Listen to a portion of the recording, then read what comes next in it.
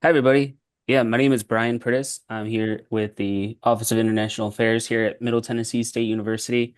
And today we're doing a webinar on U.S. culture and culture shock, just kind of giving a general overview. I'm going to be leading this today with Matthew here. So, Matthew, if you'd like to introduce yourself. Hi, I'm Matthew. I am the marketing and events coordinator for the office.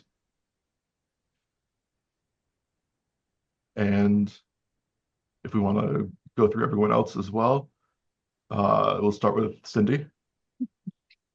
Hi, good morning, everyone. My name is Cindy. I am the Director of International Enrollment Management here at Middle Tennessee State University. Welcome, everyone.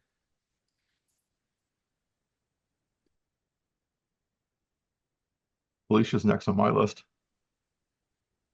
Good morning, everyone.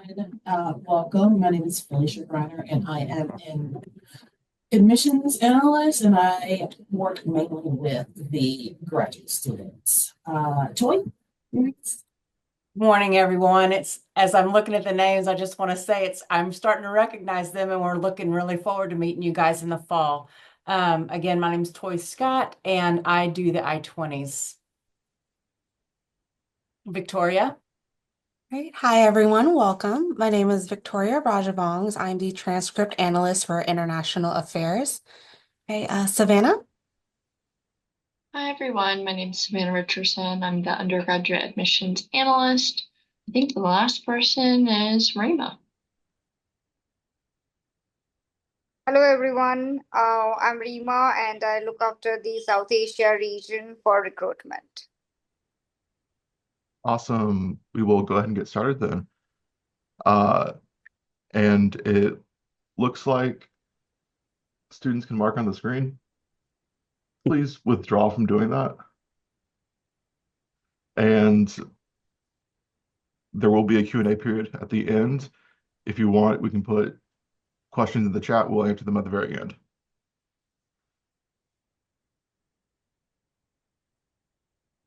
So what is culture shock? Culture shock is the feeling when you have suddenly arrived in an unfamiliar place, culture, or way of life, and you sort of feel overwhelmed. Uh, for example, uh, in American culture, we don't traditionally have an established form of speaking to people with different social positions or age. Americans are more informal when greeting each other, and most people speak to each other using their first names.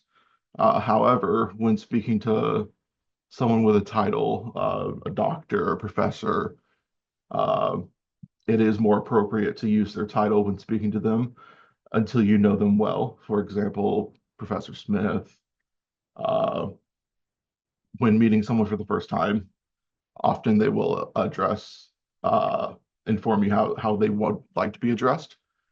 Some professors will want to be addressed by their title, others by their first name. For example, one of my professors when I went to school here uh, just wanted to be called his first name Todd instead of Dr. O'Neill. He thought it helped foster a more welcoming environment.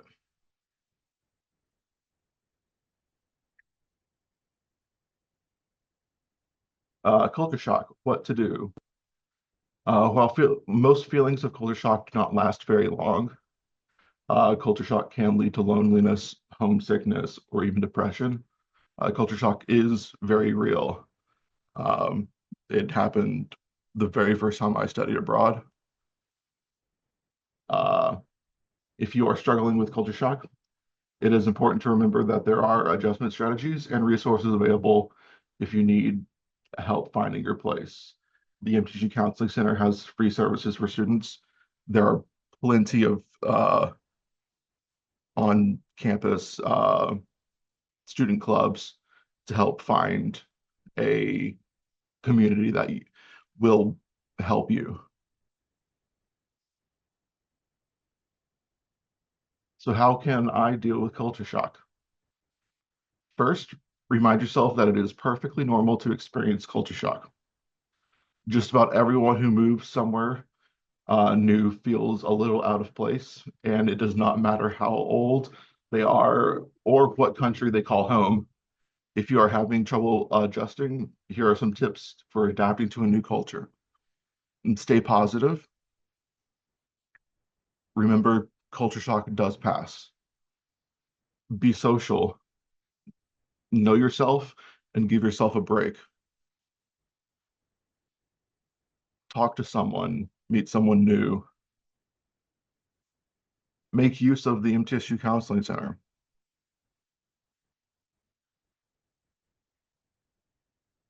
Work ethic. Many Americans judge success by how many hours you devote to your work, school, or project. Although a normal work week is for a full-time job is 40 hours a week, for many industries, you are expected to work more, especially at the beginning of your career. For school, there is the same mentality to work hard to get good grades, graduate with your degree, build your resume, and get good references from your professors.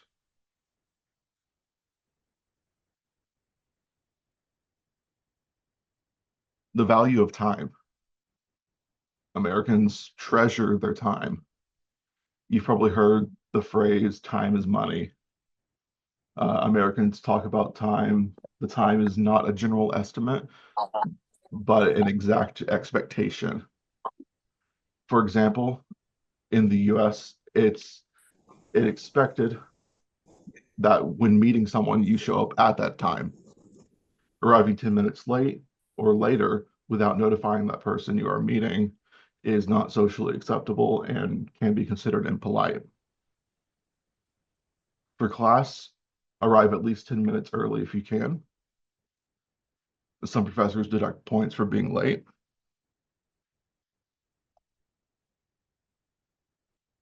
Personal space. Each culture has a different notion of personal space. If you intrude on someone's personal space, you will make them feel uncomfortable unless you are very close friends.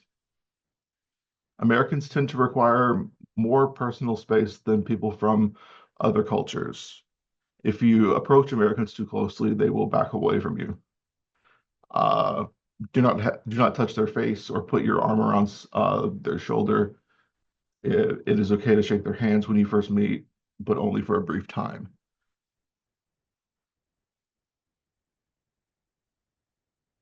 Informal gatherings.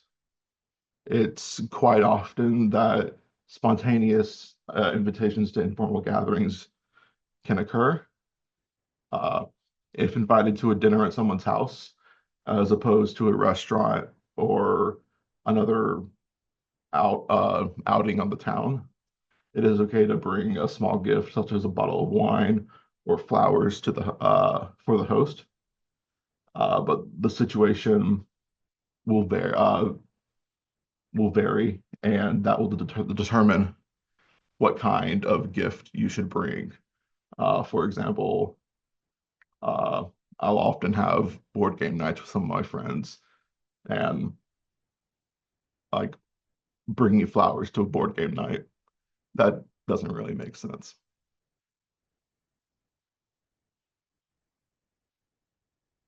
Food. Americans traditionally eat 3 meals a day. Breakfast is usually around 7 a.m.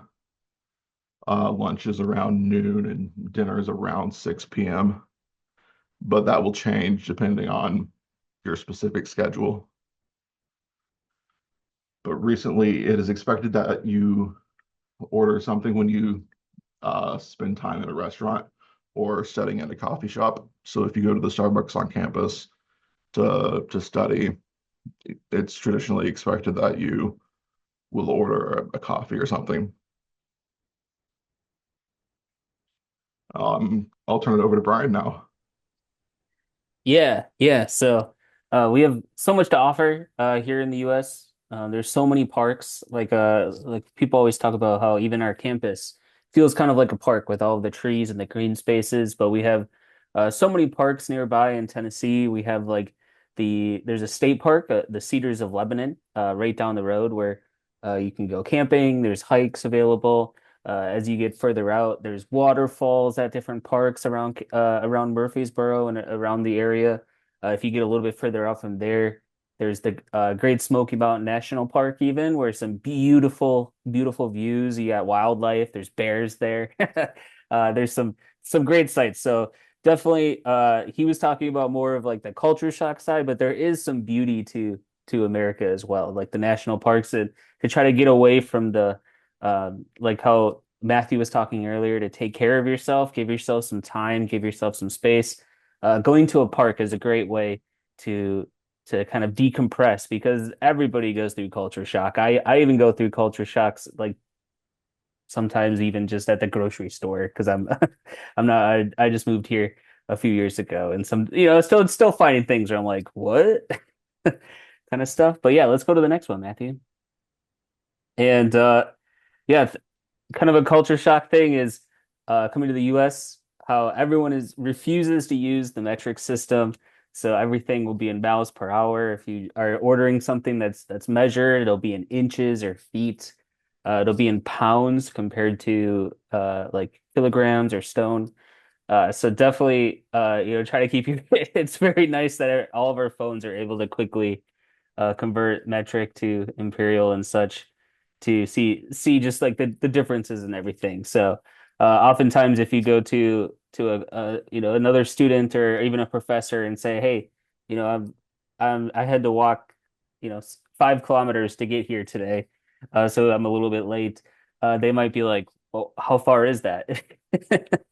Like have no idea how much 5 kilometers is. So it's definitely it's a good idea to make sure to have, if you're dealing with measurements, just to kind of remind yourself that there's, not everything is metric. So, but if you're in like the classroom, oftentimes it is metric. So it's one of those things, kind of what Matthew was talking about, kind of feel the room out, kind of go off of, kind of like when you meet someone and see like, hey, Mr. Matthew, kind of thing of, kind of, hey, how would you like me to interact with you or to kind of say your name kind of thing and kind of feel out, hey, what type of unit are they using when they're describing a distance or a length? Let's go with that unit going forward. So definitely kind of feel out kind of your audience. So Matthew, let's go to the next one.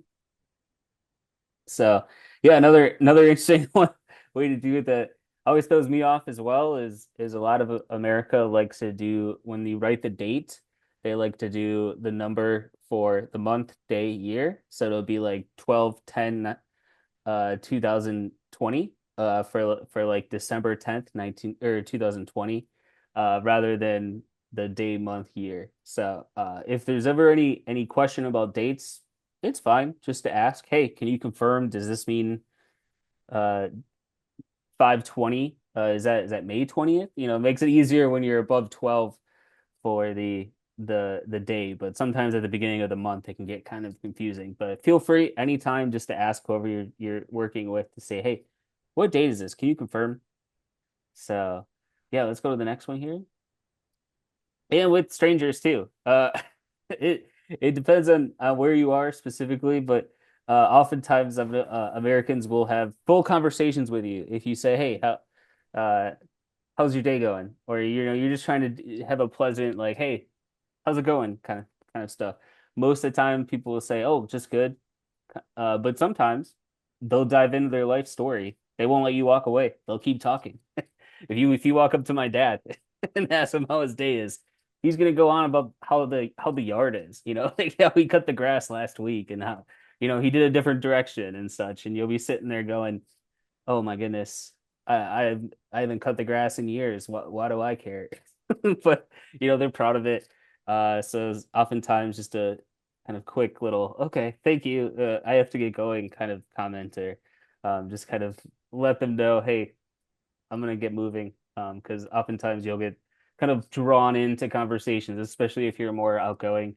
There's a I've in our office here, I'm at the end of the hall, and oftentimes students will be walking by. Just the last week of class was a few weeks ago, and there's a student that it was raining outside. There was like rain kind of coming in and going every couple minutes. Like it would rain and then it would not rain and then it would rain. Well, this student came in. It was like, oh, I'm trying to get across campus but not get caught in the rain, and he was kind of hopping between buildings.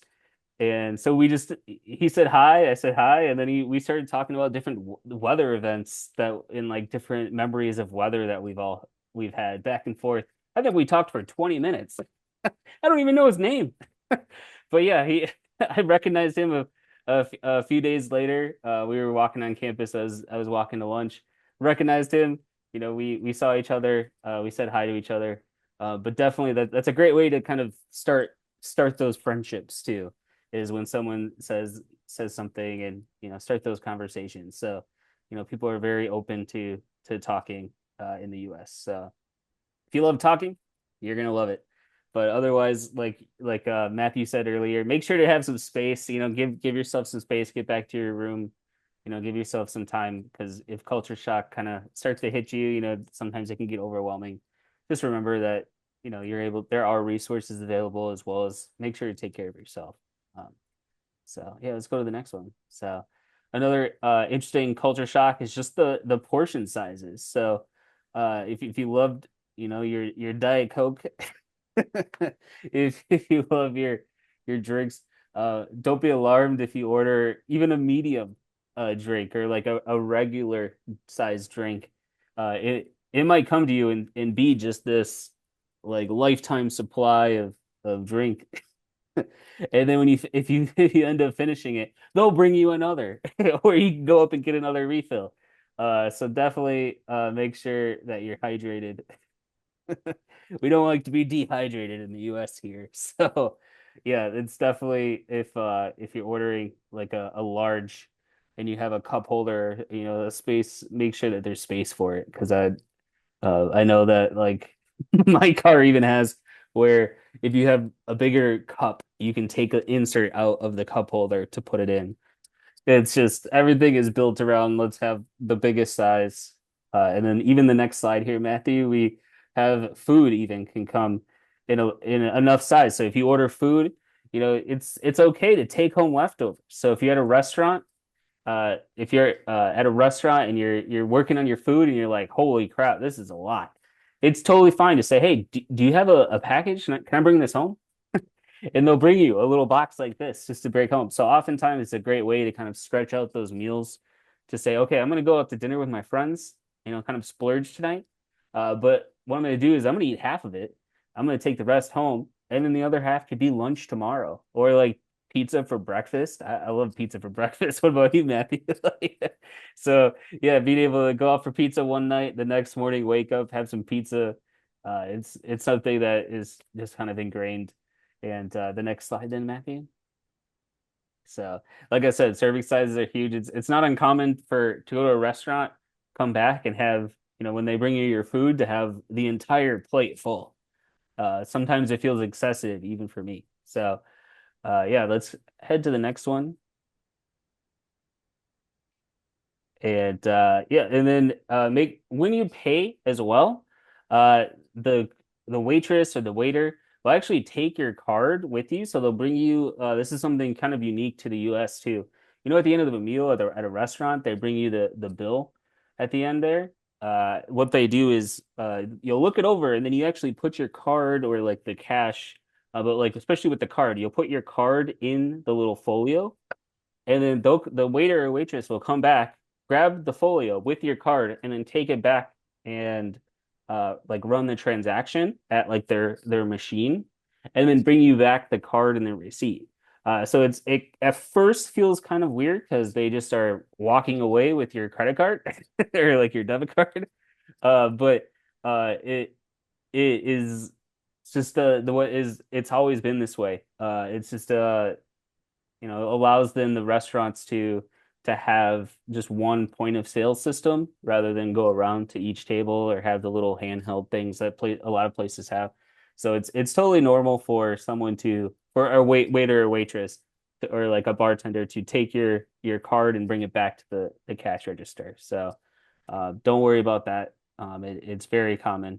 Or even with if you pay with cash, you put the cash in the folio, they'll then walk away to their register, kind of make the change, and then bring it back to you with your change. So and then when you're signing the receipt as well, make sure to it'll have a spot for a tip. Tipping culture in the U.S. as well is ingrained. It's something that it's unfortunately not going away, but it is something to keep in mind.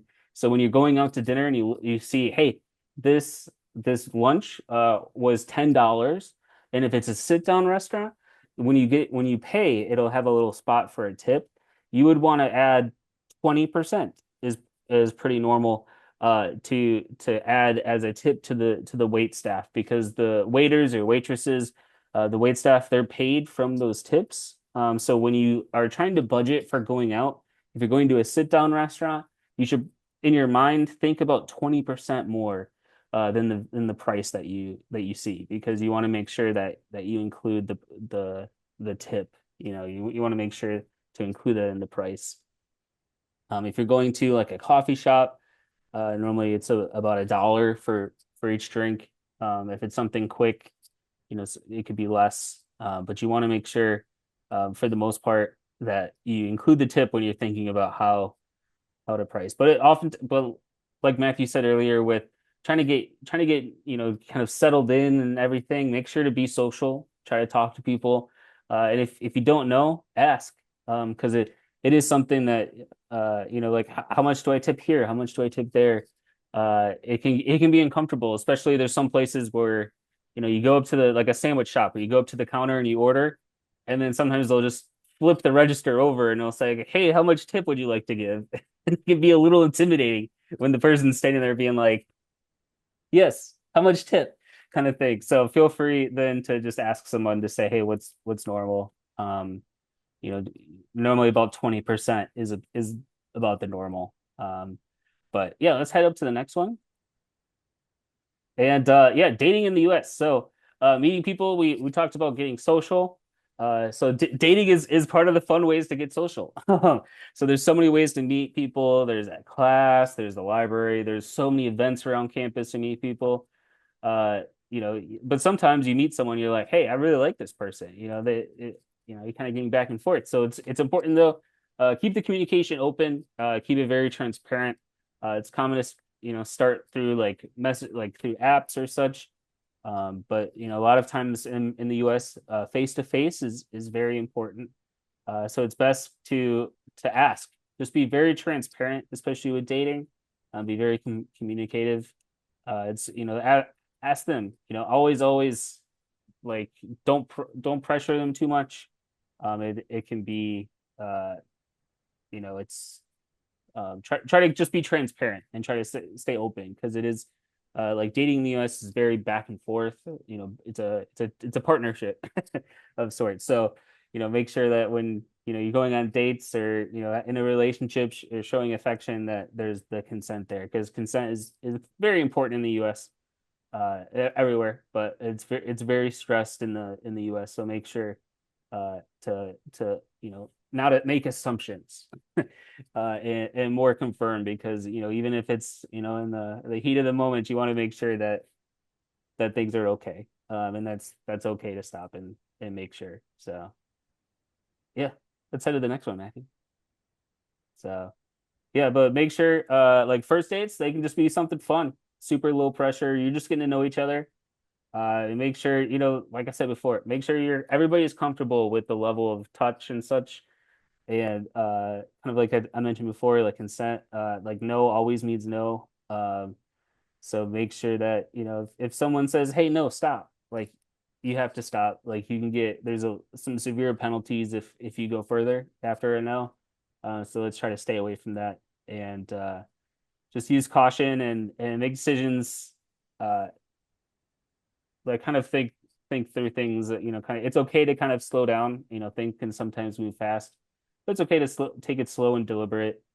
You don't have to do everything in the first week.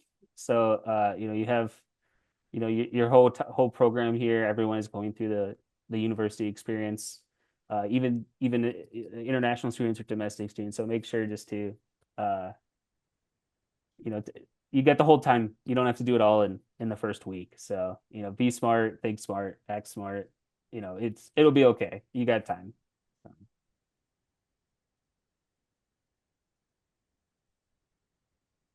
For the to-do list for the upcoming webinars, attend them. We have some great webinars coming up. You'll see here in the next couple slides. Set up the student accounts. Arrange housing. Housing will only contact you through the student accounts if you're going through on-campus housing. Send the immunizations. And once you get your visa, send a copy of your visa. Here's a list of some of the upcoming webinars. Next week, we'll be doing our visa interview webinar. On June 3rd, we'll do the next steps webinar again. On June 12th, we'll be diving into the student accounts. And then on June 17th, we will be doing a pre-arrival checklist, what you need to bring, what all is needed for pre-arrival. Airport pickup. We're offering 2 dates, one on August 16th at 2 p.m., the other on August 24th at 2 p.m. If you are planning your travel to the US and you would like to take advantage of our airport pickup, these are your 2 days.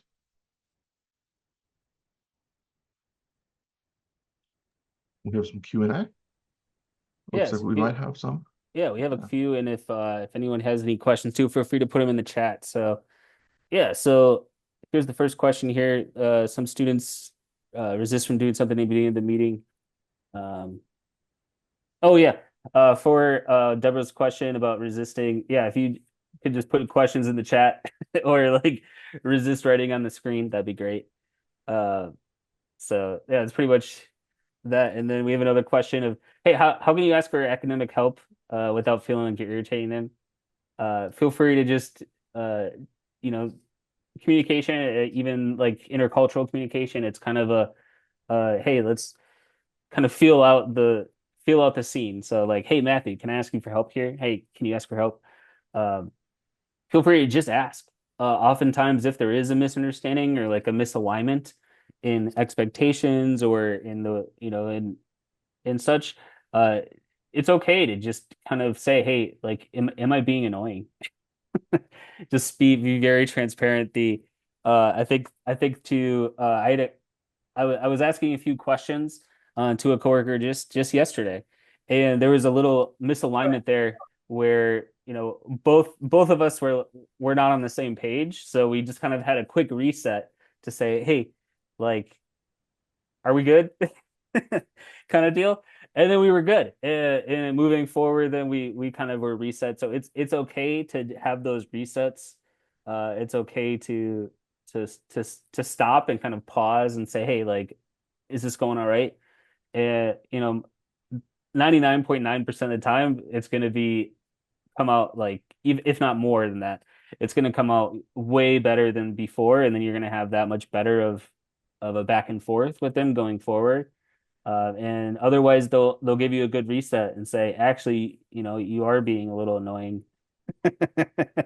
And then they can give you that feedback to help you kind of guide in the future with asking questions and stuff. But it just to help set expectations and everything. Um, it can really help to just kind of pause and say, hey, like, are we on the same page here? Let's work together going forward. So yeah, and then is there university dormitories for students and the approximate cost per month? So yes, there is. We do have on-campus housing and available. So we feel free to reach out to us international@mtsu.edu with that question. Otherwise, I can put the link to the on-campus housing in the chat. So yeah.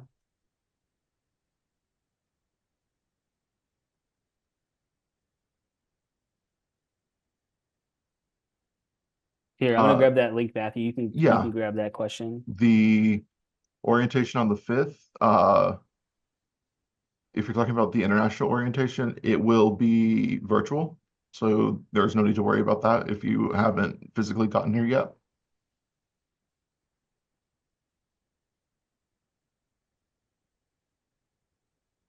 When are we registering for our classes?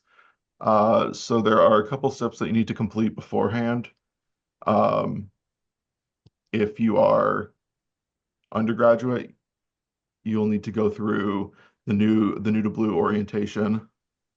And after that, you'll have to meet with your advisor and they will help you with the registering process.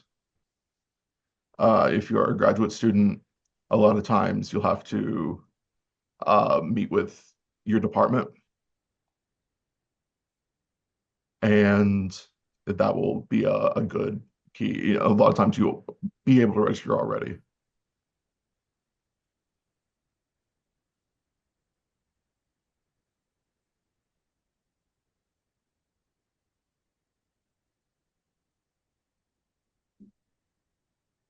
But yeah, overall though, like culture shock it's a normal thing. Everybody is going through it.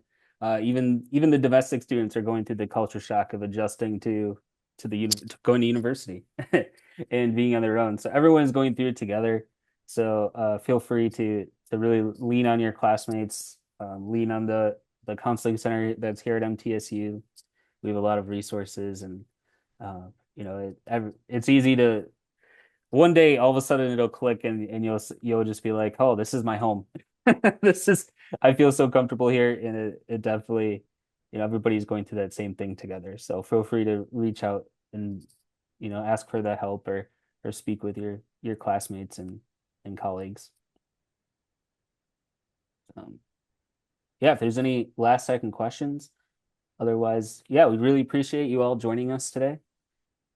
And I hope you all have a great rest of your day, and we'll see you again next week.